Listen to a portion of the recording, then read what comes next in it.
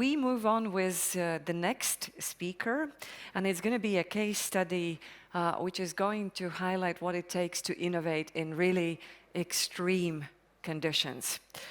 Ukraine has become one of the world's most compelling laboratories for innovation under pressure, where digital transformation is not a strategy but a survival requirement. And our next speaker, Mr. Attila Başıcıoğlu, the data scientist lead at WinStar, will show us how wartime necessity has accelerated breakthroughs in autonomous systems, AI, and telemedicine that now have applications far beyond the battlefield. Thank you for being with us this morning, and the screen and floor is yours. Yeah, thank you for having me. So yes, as said, my name is Attila. I'm very happy to be here, and I represent a company called WinStars. We are an R&D center based in Ukraine. And we focus on AI-based projects, both on software and hardware parts, and in all the fields, like be it medicine, defense, agriculture, and finance. And before we go to the medicine part, I would like to say a quick word about our defense project. So we have a system for drones, which turns any drone into an AI-capable one. So if you are a manufacturer and want to add AI capabilities, please feel free to reach to us. And going on to the medicine part now, so one of the projects we did is about detecting diabetic retinopathy. So the images on the right you see are taken with a specialized hardware system developed by our partners, and they take an image of the backside of an eye. And our system determines, for example, if it's a healthy one or if it's diseased and how severe the disease is, and highlights the affected areas.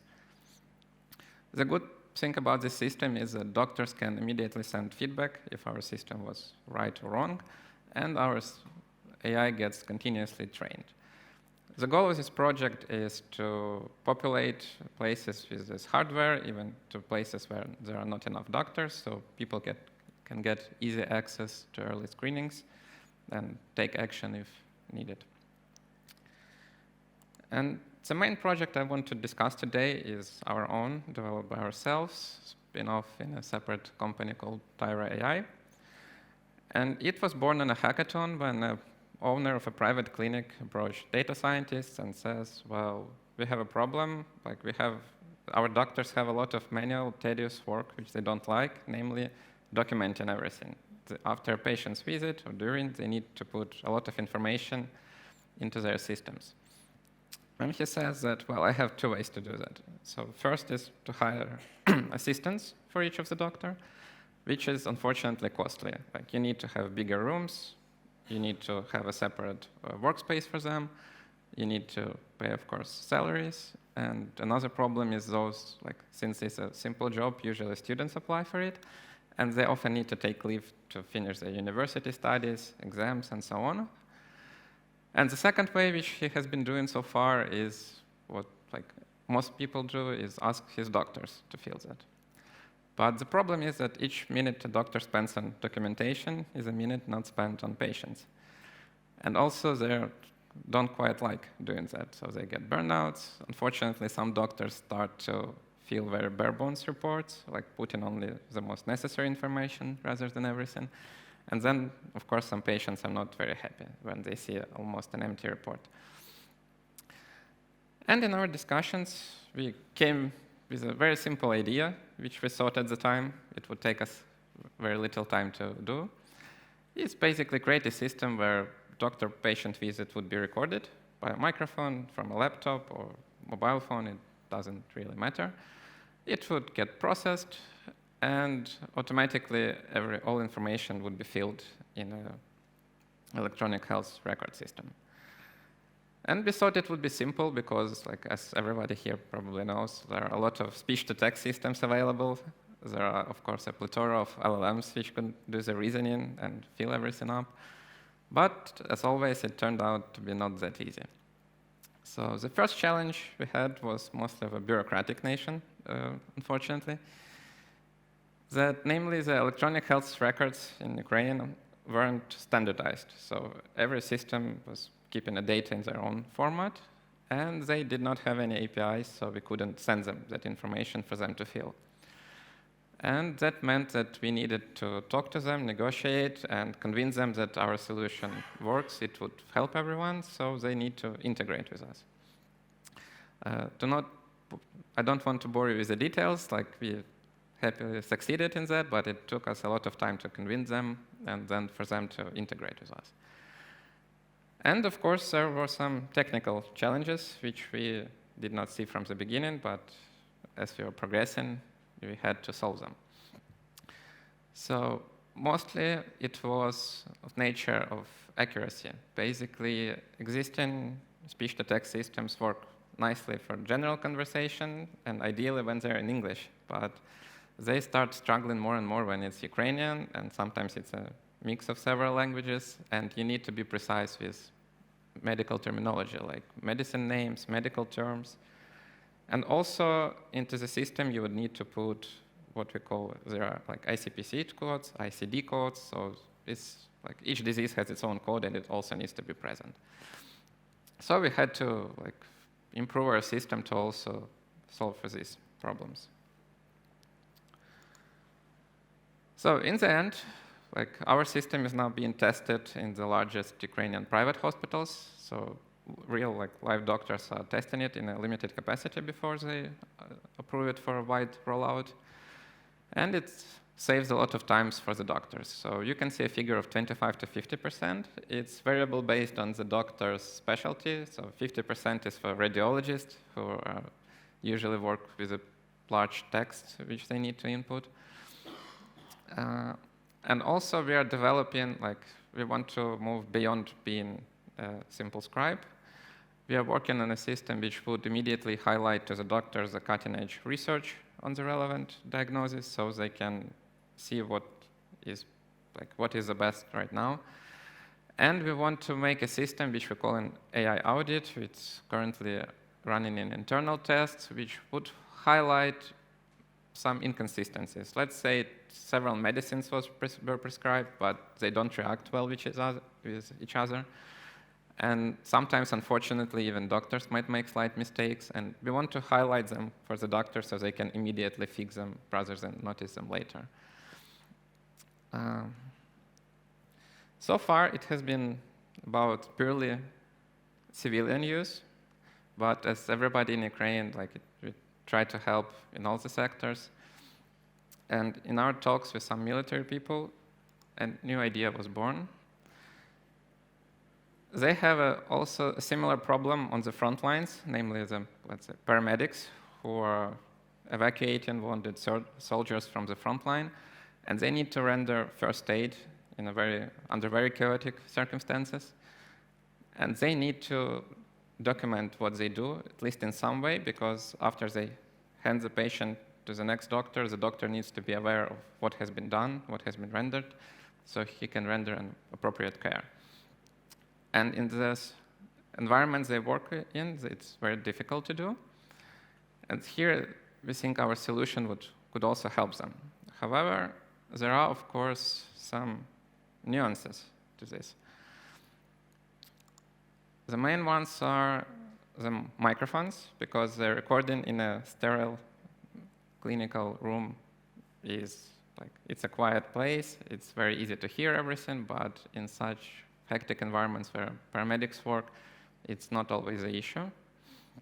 And we need to have also some hardware modifications so we can blur out the noises and have higher quality recordings. Also, obviously, the microphones and any hardware used would need to be much sturdier. It would need to survive some shocks, vibrations, and so on. And the second very important condition is that everything needs to be processed what's called on premises. It might not be very clear what premise means in the context of this application. Could be the evacuation vehicle, could be an HQ.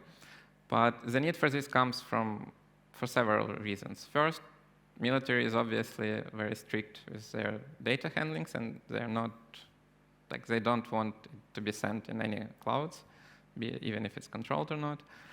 And the second issue would be that there is not always connectivity available in the places they work in. So that's why everything needs to happen on-premise. For this reason, our initial project is moving from being a purely software one, so we need to work on the hardware itself as well.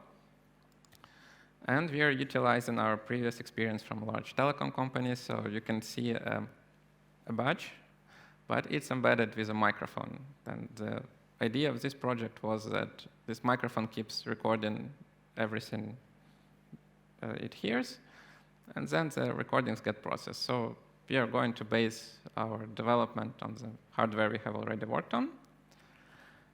And the next idea which we got is, after we worked with military on this, so it's still in development, we found another application back in the civilian world, namely the first responders.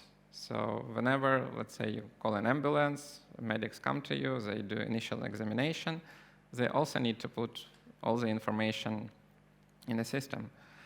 And I had to call an ambulance for a close person not very long ago. Luckily, everything is all right. But I distinctly remember the visit that that information filling took almost comparable time to the observation itself. And if we can help there, let's say with a badge like you see here, we could omit that information entrance step. And even if you save, let's say, 2-3 minutes per ambulance visit, it could mean that the next patient could get an ambulance quicker, and maybe lives would be saved. So it's an interesting example where technology moved from civilian sector to military, and then went back at the civilian application. So this is the case I wanted to present. I would also be very happy if you have any partners or people from electronic health records in any country. We are always looking to expand, and as currently we think that's a big blocker for us to get into those systems, to be integrated with them, so our solution works seamlessly. And I'm happy to take any questions you might have, and I will also be available during the networking time, and happy to talk to everybody. Thank you so much. Indeed, we have, yes, thanks for the presentation. Indeed, we have an opportunity. We have some minutes, and we can take the questions from the audience, if there are any. Yes, please. Yeah, thank you for the very interesting presentation. I have one question, as I am the doctor, the user.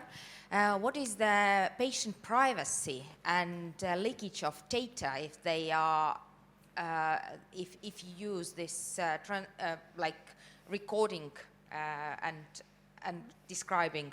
Okay, so it's a very good question, especially in our day and age. So in Europe, we are GDPR compliant. We are not we don't have access to the recordings themselves, and we don't keep them.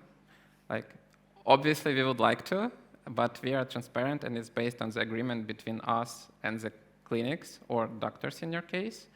So right now, we are not storing, we are not using the data. If we will go that route, of course, we will disclose it. We will remove all the personal identifiable information, PIIs. So, yeah, hopefully that answers your question. Thank you. We can take one more question. I saw the hand raising. Can we pass the mic in the back of the hall?